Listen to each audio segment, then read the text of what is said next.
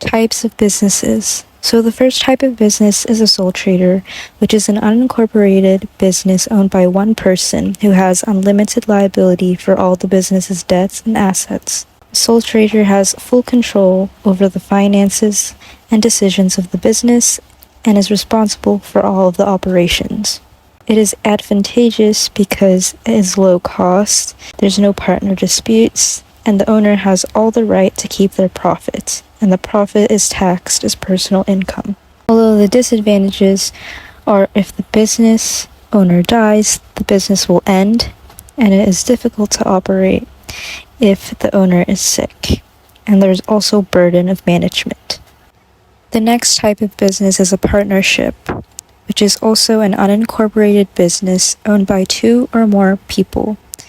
Most partnerships have a maximum of 20 partners who have unlimited liability towards the debts and assets of the business.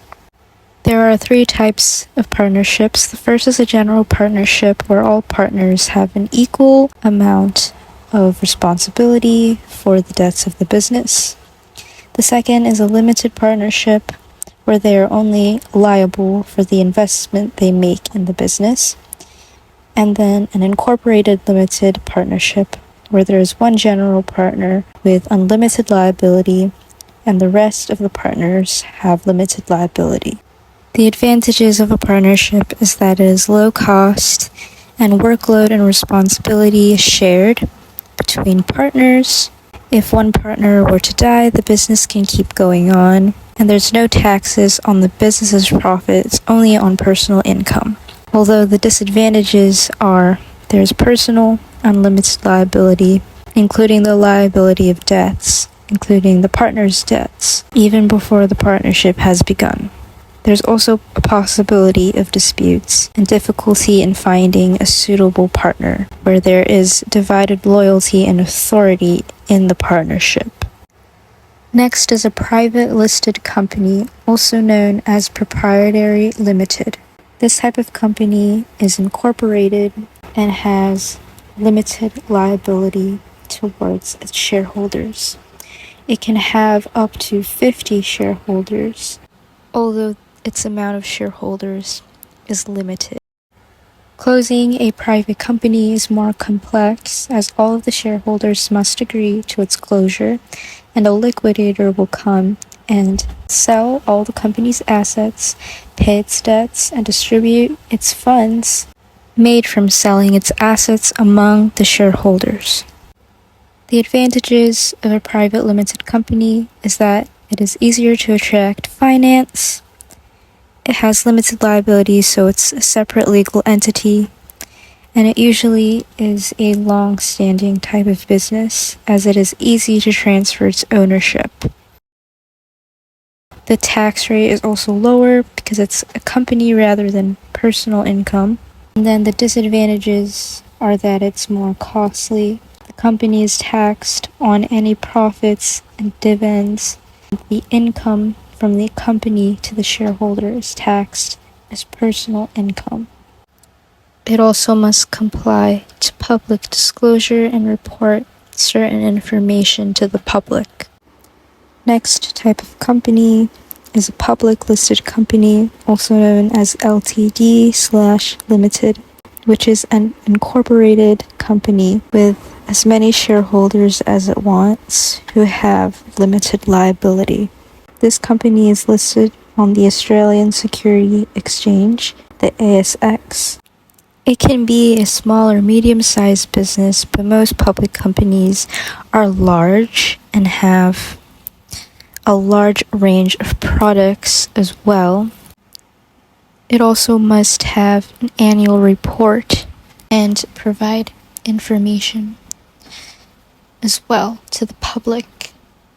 Its advantages and disadvantages are basically the same as a private limited company, although as an advantage, it can attract extra capital by ensuing its shares market industry, meaning it has a great potential for growth. However, some disadvantages are that if it is gaining capital in the market industry, they are required to abide by strict rules and disclose financial information. A public listed company is also a highly complex business structure, and it requires a greater accountability and compliance than a private limited company. Next type of business is a social enterprise, which is a business driven by an economic, social, cultural, or environmental mission, which is consistent with the public's or the community's beliefs and their benefits. Majority of the profit usually goes to their mission, and the portion of their income is from trade, so it's not like a charity. Its advantages is that it can open up new markets. The social enterprise may meet certain needs that commercial businesses choose not to. A social need can have a positive effect on profit and market share, although its disadvantages are that it's difficult in obtaining capital to start the business, and it can be hard to finance significant operating costs. It can also be difficult to focus on both the social and financial objectives of the business. Finally, there is a GBE, a government business enterprise, which is government owned and operated and also privatized. Aims is to achieve performance and financial returns to the government, and is usually controlled by a board of directors. They also carry out government policies. They operate at both federal and state level of government. Their advantages is that they get to deliver services while being able to carry out government policies, and they can invest in certain areas where other businesses might hesitate to. And then the disadvantages are that there could be political interference, inefficiencies caused by the government, and less accountability with the GBE, resulting in less productivity.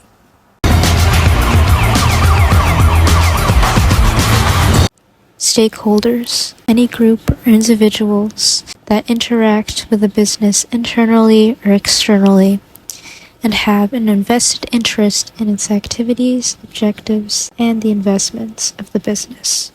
Stakeholders include the owners of a business, which can be anything from a sole trader, partnership, or the shareholders, and they are in charge of the performance, conduct of the business, and their interest is usually to make a profit. Next are the managers, who are responsible for running the business and its strategies, and their objective is to satisfy the stakeholders and to achieve things financially. Then there are the employees, who work for the business, and their contribution of skill and commitment is vital for the good or service.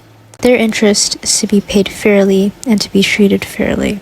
Then there's the customers, who expect good quality products and services, and their interest is for reasonable prices and quality goods. Then there are the suppliers, who provide resources including raw materials, equipment, machinery, finance, and information, and their interest is to gain profit from the materials they provide. Then there's the general community, who the businesses should give back to and show concern to.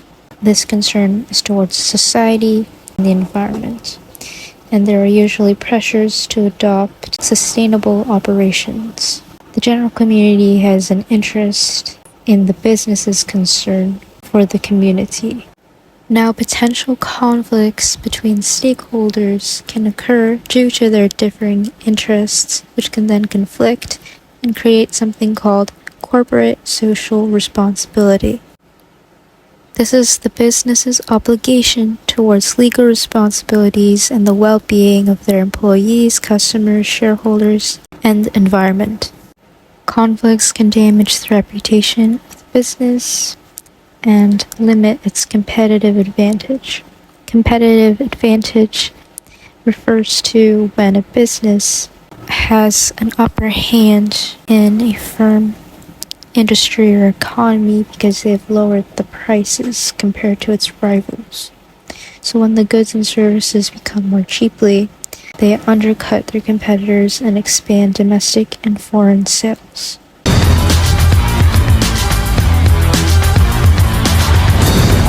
Management styles. So there are 5 different management styles that go in order of how much control they have in the business. So the first one is an autocratic management style, which is a centralized style of management where the managers are in dictating control of the staff. There's little employee input and the directions of the manager are clear and concise. They also usually offer negative and personal feedback and expect compliance and obedience from the staff. It implements an us versus them mentality and might bring in some conflict. Next is the persuasive management style, which is also a centralized style of management where the managers try to convince staff to complete their tasks in order to achieve the business objectives. The managers begin to gain some trust and support from their employees because their feelings are starting to be considered, although the communication is poor and attitudes and trust may still remain negative. Next is the consultative management style, which is still centralized, but there is a two-way communication between managers and staff begin to have some input and recognition in the business. They get to discuss decisions and they get to implement suggestions, although the cons are that it slows the process and it's not suitable for widespread consultation if there's many employees. Ideas can also be ignored and overlooked. Next is a participative management style, where the manager not only consults the employees but also shares decision making. Here, the managers start to recognize the strength and abilities of the employees and starts to make positive relationships between them. It also heightens motivation in the job, and there's a greater opportunity to acquire skills, idea sharing, and teamwork. Although the cons are that maybe hard reaching decisions, introducing tasks is time consuming, and the role of management is beginning to weaken. Lastly is laissez-faire, which is when the employees are responsible for all workplace operations and management has no central role. This style of management is decentralized. Pros, though, are that the employees have a sense of ownership and the communication is open, although the cons are there's no more control of management, there could be personal conflicts, and meeting objectives can be avoided. Now there is a way to identify the appropriateness of management styles, and it's called the contingency management theory, which is the need for flexibility and adaptation of management styles to suit the situation. Managers can change the style depending on the situation, including the nature of the task, which is when the employees are experienced so they can assist in navigating change, time, meaning deadlines or an extended time frame, the experience of employees. If the staff is inexperienced, an autocratic management style is suited, whereas an experienced staff could use a consultative or a participative style. The preference of the manager can also be a factor, meaning what the manager wants, including what their personality is like, what their values, their beliefs, and their skills.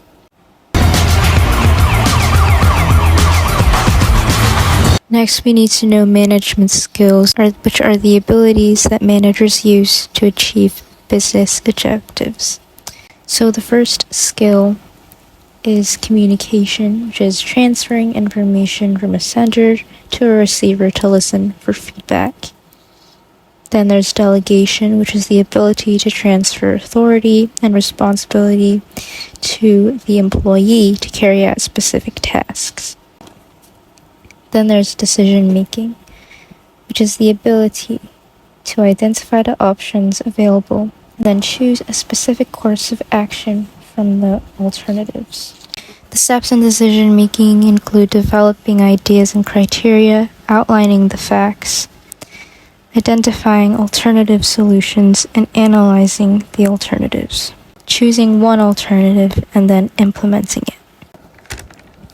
Then there's interpersonal skills, which is the ability to deal or liaise with people and build positive relationships with staff.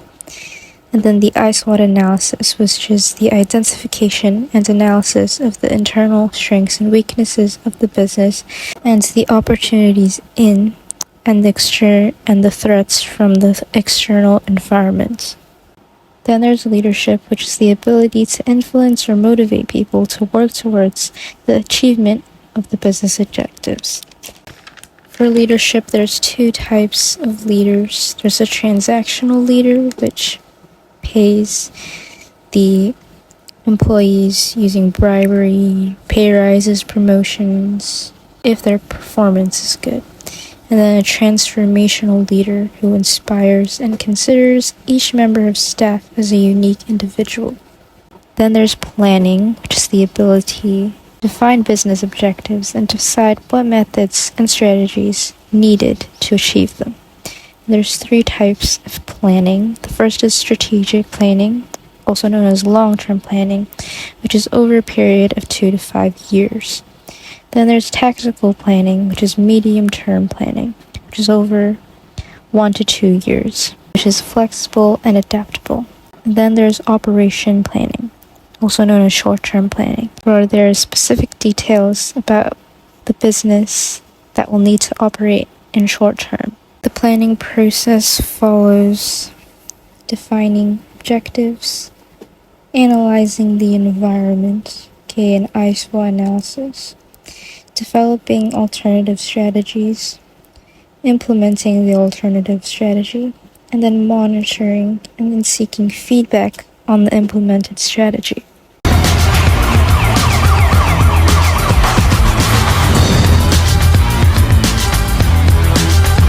Corporate culture. Corporate culture is the values, ideas, expectations, and beliefs shared by the members of a business. There are two types of corporate culture. There's official corporate culture and real corporate culture.